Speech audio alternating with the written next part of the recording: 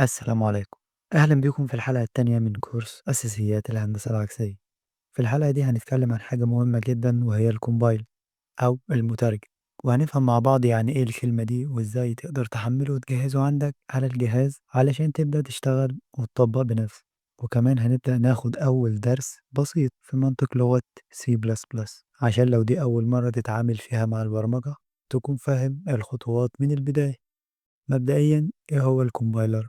الكومبايلر هو ببساطة برنامج دقيق جدا مهمته الأساسية إنه ياخد الكود اللي إحنا بنكتبه اللي هو بلغة سهلة على الإنسان زي السي بلس بلس والجافا والبي اتش بي، ويبدأ يترجمه خطوة بخطوة لحد ما يحوله لغة الآلة ماشين كود، وفي النهاية يعرض نتيجة الكود على الشاشة. وفي بعض الحالات لما تكون اللغة عالية المستوى high level language الكومبايلر بيحولها الأول إلى اللغة منخفضة المستوى low level، وبعد كده بيكمل تحويلها لماشين كود. طب يعني إيه لغة الآلة أصلا؟ لغة الآلة هي اللغة الوحيدة اللي الكمبيوتر بيفهمها مباشر، لأنها بتتعامل مع وحدة المعالج المركزية CPU بشكل مباشر، ودي بتكون مكتوبة بنظام العد الثنائي الباينري سيستم اللي هو عبارة عن صفر وواحد. وعشان كده الإنسان صعب جدا يفهم أو يكتب بلغة الآلة، فالمبرمجين اخترعوا لغات البرمجة علشان نبسط التواصل مع الكمبيوتر ونكتب كود سهل يقوم الكومبايلر بترجمته للغة اللي الجهاز يقدر يفهمها. بعد كده بيحفظ الناتج في ملف تنفيذي زي مثلا exe على نظام ويندوز. الكمبيوتر بعد كده بيشغل الملف التنفيذي والبرنامج بيعرض لك هالو وورلد على الشاشة باستخدام الاوتبوت كونسول أو شاشة الإخراج. طيب نبدأ إزاي ونستخدم كومبايلر منين؟ عشان نبدأ نجرب اللي هنشرحه إحنا محتاجين نستخدم حاجة اسمها ال RDE، ودي باختصار دي بتكون فيها كل الأدوات اللي بنحتاجها علشان نكتب الكود ونترجمه ونجربه على طول. لكن عشان الكل يقدر يطبق معايا بسهولة أنا هستخدم كومبايلر أونلاين، ودي مواقع بتسمح لك تكتب الكود وتشغله فورا من الموظف من غير ما تحتاج تنزل أو تثبت أي حاجة على الجهاز. وطبعا اللي حابب يشتغل على كومبايلر أوفلاين زي فيجوال ستوديو كود وفيجوال ستوديو كود اي دي اي وكود بلوكس يقدر يعمل كده عادي، المهم انك تبدأ وتجرب.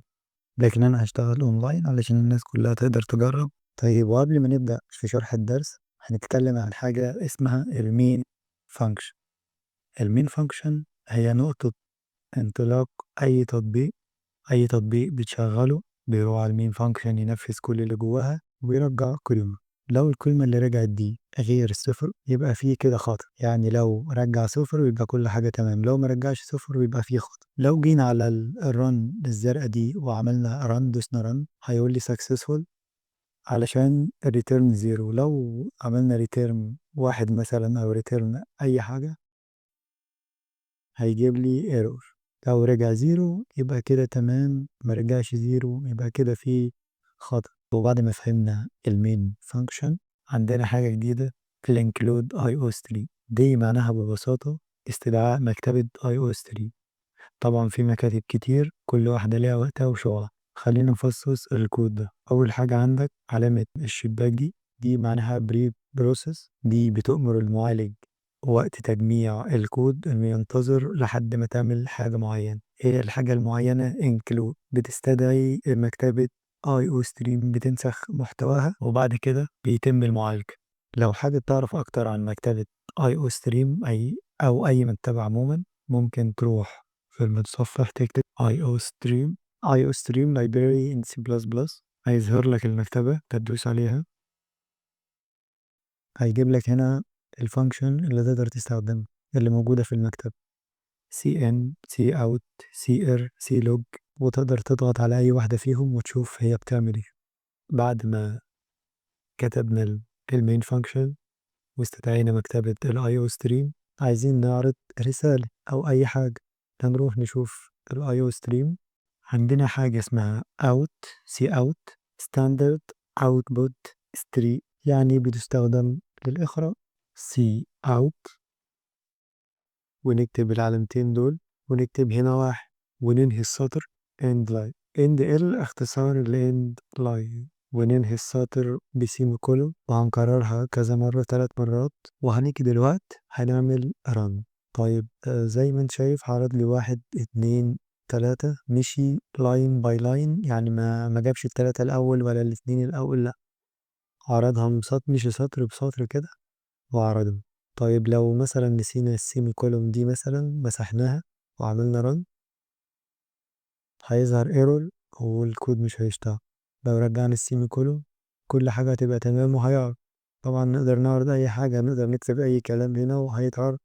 طب يا شباب بالمناسبة الint دي معناها integer، يعني أنا كده حددت نوع الدالة. الinteger معناها رقم، حددت نوع الدالة إن هي هترجع لي رقم.